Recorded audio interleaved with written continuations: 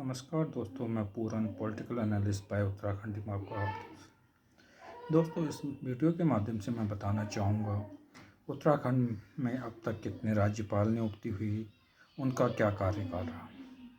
उसके बाद मैं बताना चाहूँगा उत्तराखंड में विगत 21 वर्षों में कितनी मुख्यमंत्री ने शपथ ग्रहण किया और उनका क्या कार्यकाल रहा।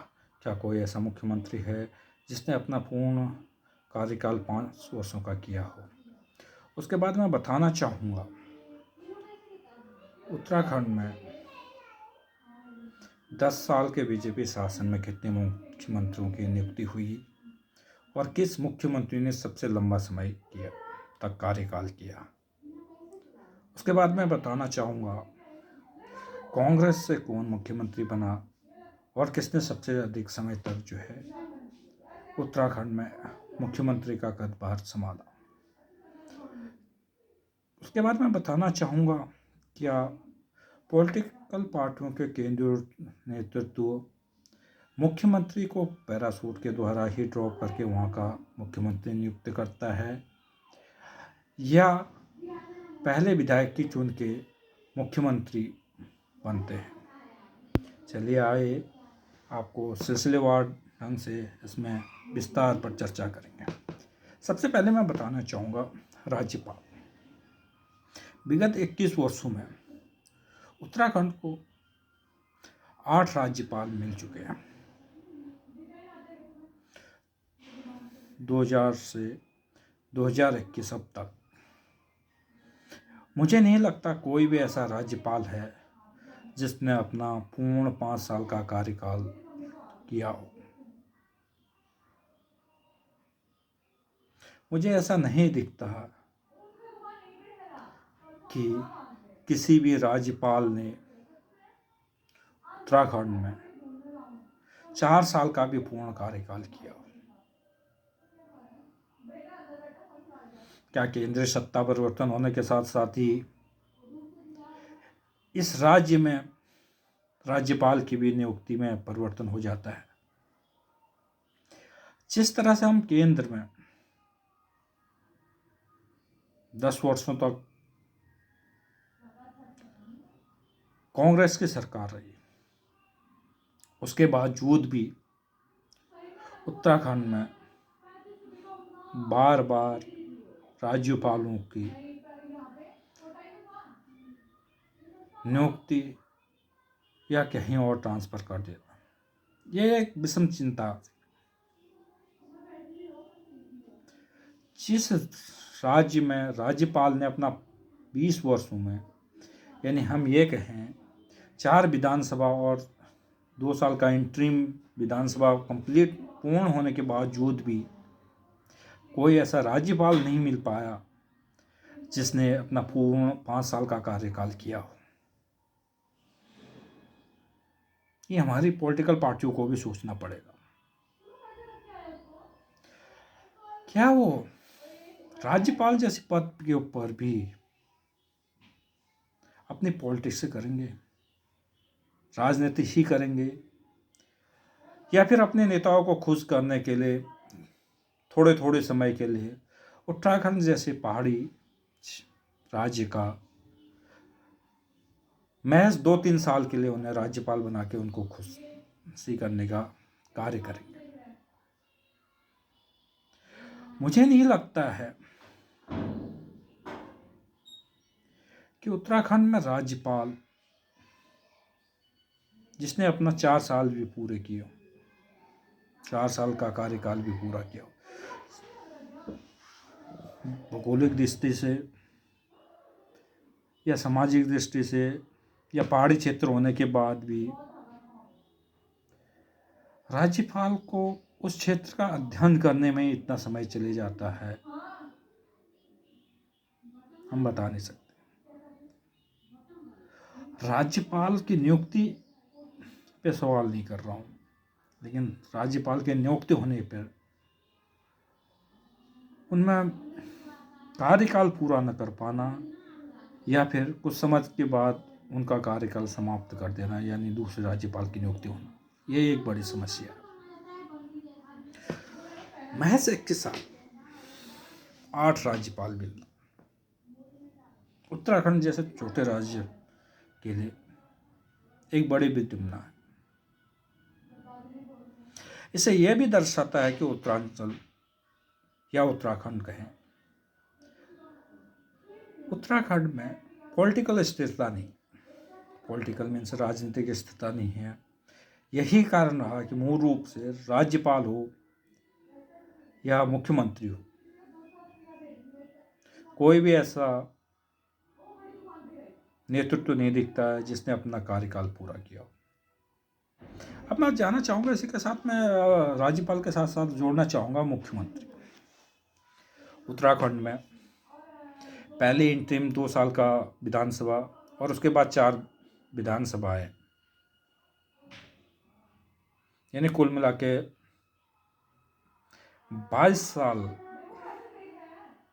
का विधानसभा का कार्यकाल पूरा होने जा रहा। उसके बाद भी मुझे दूर दूर तक ये नहीं दिखता है, अगर एनडी तिवारी को छोड़ दूं, कि कोई भी ऐसा मुख्यमंत्री जिसने अपना पूर्ण कार्यकाल किया हो। दूसरी चीज़ और बताना चाहूँगा दोस्तों, ये इंटरेस्टिंग फैक्ट भी है आपके लिए, आपको जिज्ञासा भी होना चाहिए। चाहे आप नारायण दत्त तिवारी पहली विधानसभा से लेकर तीसरी विधानसभा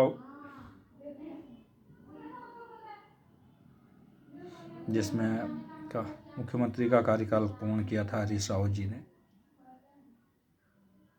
या चौथी विधानसभा में, अब तक जो भी मुख्यमंत्री बने, अधिकांश मुख्यमंत्री वो हैं जिन्होंने मुख्यमंत्री की पद के शपथ लेने के बाद विधायकी के लिए बाय इलेक्शन द्वारा निर्वाचन हुए थे। और बताना चाहूँगा, इसमें से एक ऐसे भी मुख्यमंत्री रहे हैं उत्तरांचल में जिन्होंने तो अपनी विधायकी ही नहीं दी, उसके बावजूद भी एक छोटा सा कार्यकाल किया उन्होंने, चाहे 2 महीने का हो, 4 महीने का हो। यह भी एक विडंबना ही थी। जैसे कि पहला विधानसभा 2000 में हुआ था, उसके मुख्यमंत्री बने थे नारायण दत्त तिवारी। आपको बताना चाहूँगा, नारायण दत्त तिवारी जी भी 2002 का विधानसभा इलेक्शन नहीं लड़े थे। उन्होंने मुख्यमंत्री की शपथ लेने के बाद रामनगर से बाई इलेक्शन निर्वाचित होकर विधानसभा में पहुंचे थे। उसके बाद 2007 में ये सिलसिला चलता रहा। 2007 में हालांकि सत्ता परिवर्तन होगी, बीजेपी को सत्ता में वापसी का मौका मिला इंटरिम विधानसभा के बाद भी, लेकिन बीजेपी ने भी वही रणनीति अपनाई जो कांग्रेस ने 2002 में अपनाई। जिस तरह से एनडी तिवारी जी को मुख्यमंत्री बनाकर उनको बाय इलेक्शन के द्वारा विधानसभा भेजा गया, उसी चीज का प्रयोग बीजेपी ने भी 2007 में किया। भुवन चंद खंडूरी जी 2000 में बीजेपी के मुख्यमंत्री, 2007 में भुवन चंद खंडूरी जी बीजेपी के मुख्यमंत्री बने। वो भी उस समय निर्वाचित विधायक नहीं थे।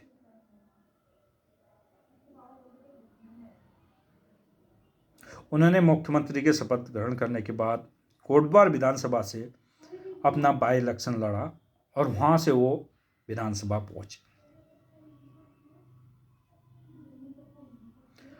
हालांकि 2.5 साल के कार्यकाल पूरा होने के बाद बीजेपी ने अपना मुख्यमंत्री का चेहरा चेंज किया। इस समय उसने रमेश पोखरियाल यानी निशंक जी के नाम से जानने वाले रमेश जी को मुख्यमंत्री का पदभार दिया। हालांकि उनका कार्यकाल उतना लंबा नहीं रहा, फिर बीजेपी को दोबारा से अपने पुराने मुख्यमंत्री यानी भुवन चंद खंडूरी जी के पास ही जाना पड़ा उस विधानसभा को समाप्त करते करते। उसके बाद आती है तीसरी विधानसभा की बात, जो 2012-2017 में। इस समय में कांग्रेस ने जो है पुनः सत्ता हासिल की।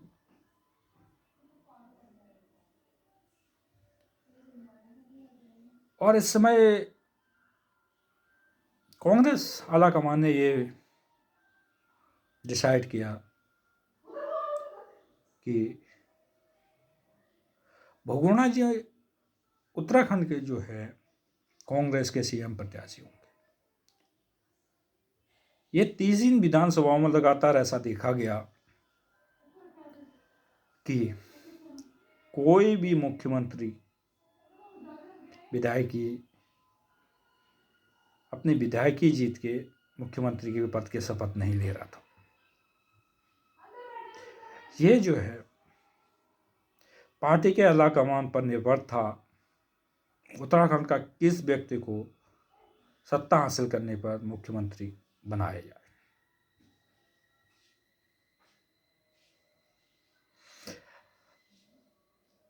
क्योंकि बहुगुणा जी जो है मुख्यमंत्री बन चुके थे तो उनको विधायकी लेनी चाहिए। उन्होंने इस बार अपना विधानसभा क्षेत्र चुना सितारगंज, जो कुमाऊं क्षेत्र में आता। वहां से उन्होंने बाई इलेक्शन जीता और विधानसभा पहुंचे। हालांकि 2.5 साल के बाद उनकी जो है अंदरूनी समस्या कहो कांग्रेस की या गुटबाजी के कारण उन्हें हाईकमान ने मुख्यमंत्री पद से हटा दिया गया था।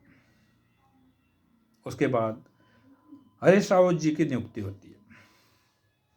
जिस समय हरीश रावत जी की नियुक्ति होती है, दोस्तों आपको बता दूं, उस समय हरीश रावत जी भी विधायक नहीं थे।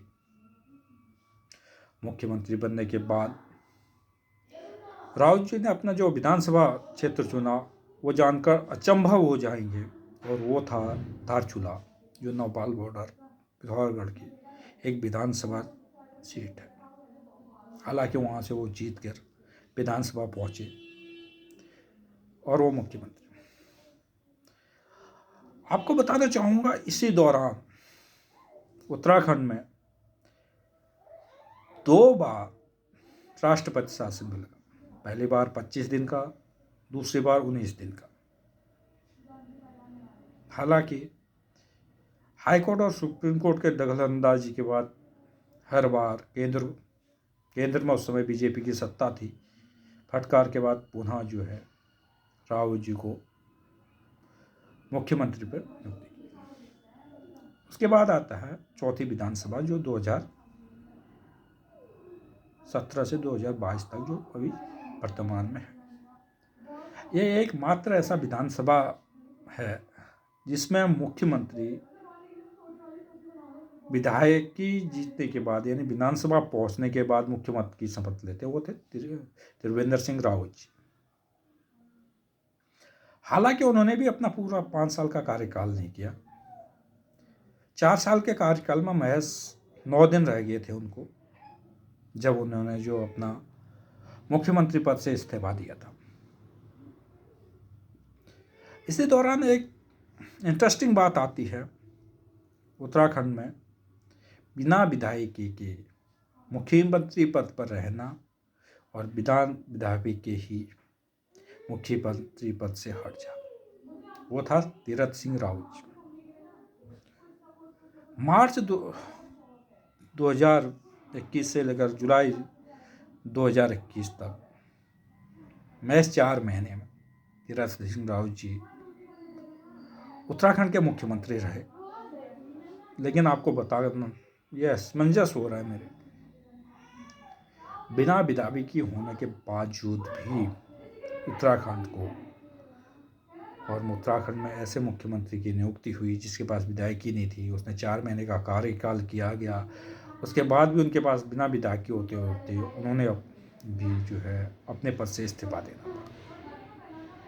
अभी वर्तमान में पुष्कर सिंह धामी जी उत्तराखंड के सीएम है।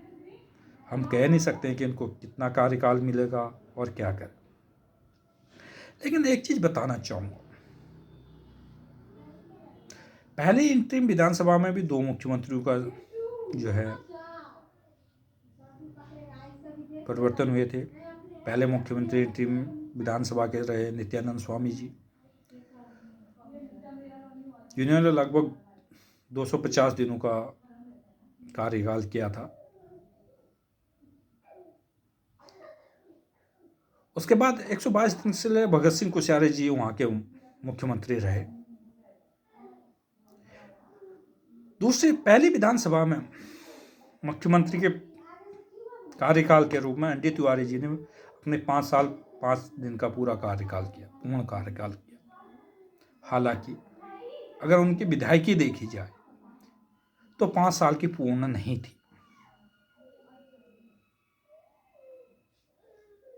ये भी हमें सोचना पड़ेगा, क्या उत्तराखंड में कोई ऐसा मुख्यमंत्री है जिसने पूर्ण 5 साल विधायकी भी हो और मुख्यमंत्री पद भी संभाला हो? मुझे नहीं लगता आज तक कोई भी ऐसा मुख्यमंत्री उत्तरांचल में अभी तक बना हो।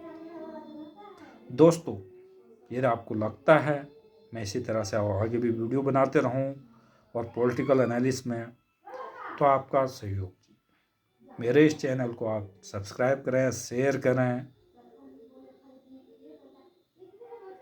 धन्यवाद।